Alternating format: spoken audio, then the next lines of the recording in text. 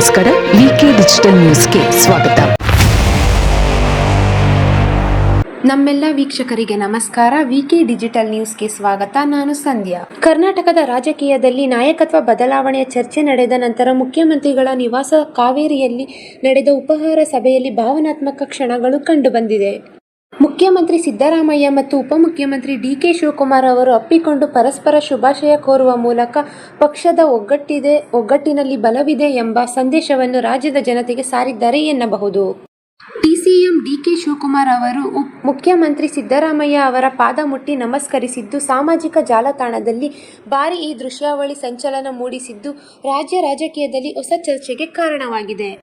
ಈ ಇಬ್ಬರು ನಾಯಕರು ತೋರಿದ ಈ ಭಾವನಾತ್ಮಕ ಆತ್ಮೀಯತೆ ಪಕ್ಷದಲ್ಲಿ ಒಳ ಒಗ್ಗಟ್ಟು ಮುಂದುವರೆದಿದೆ ಎಂಬಂತಿದೆ. ಮುಖ್ಯಮಂತ್ರಿ ನಿವಾಸದಲ್ಲಿ ನಡೆದ ಉಪಹಾರ ಸಭೆಯಲ್ಲಿ ಸಚಿವರು, ಹಿರಿಯ ಕಾಂಗ್ರೆಸ್ ನಾಯಕರು ಹಾಗೂ ಪ್ರಮುಖ ಅಧಿಕಾರಿಗಳು ಭಾಗವಹಿಸಿದ್ದರು. ಸಭೆ ಆರಂಭಕ್ಕೂ ಮೊದಲು ಸಿಎಂ ಮತ್ತು ಡಿಸಿಎಂ ಕೆಲಕಾಲ ಪ್ರತ್ಯೇಕವಾಗಿ ಮಾತುಕತೆ ನಡೆಸಿದರೆಂದು ತಿಳಿದುಬಂದಿದೆ. ಬಳಿಕ ಸಾರ್ವಜನಿಕವಾಗಿ ಇಬ್ಬರು ಅಪ್ಪಿಕೊಂಡು ನಗುತ್ತಾ ಮಾತನಾಡಿದ್ದು ಎಲ್ಲರ ಮನಸೂರೆಗೊಳಿಸಿತು. ಇತ್ತೀಚಿನ ದಿನಗಳಲ್ಲಿ ಮುಖ್ಯಮಂತ್ರಿ ಸಿದ್ದರಾಮಯ್ಯ ಅವರು ತಮ್ಮ ಹುದ್ದೆಗೆ ರಾಜೀನಾಮೆ ನೀಡಲಿದ್ದಾರೆ.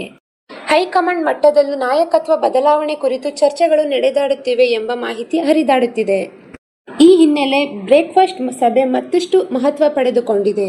ಸಿದ್ದರಾಮಯ್ಯ ಅವರು ರಾಜೀನಾಮೆ ನೀಡಲು ಸಿದ್ಧತೆ ನಡೆಸಿದ್ದಾರೆ. ರಾಜ್ಯಪಾಲ ತಾವರ್ ಚಂದ್ ಗೆಹ್ಲೋಟ್ ಅವರು ಪ್ರಸ್ತುತ ಬೆಂಗಳೂರಿನಲ್ಲಿ ಇಲ್ಲದಿರುವುದು ರಾಜಕೀಯ ಬೆಳವಣಿಗೆಗೆ ಮತ್ತಷ್ಟು ಕುತೂಹಲ ಹೆಚ್ಚಿಸಿದೆ.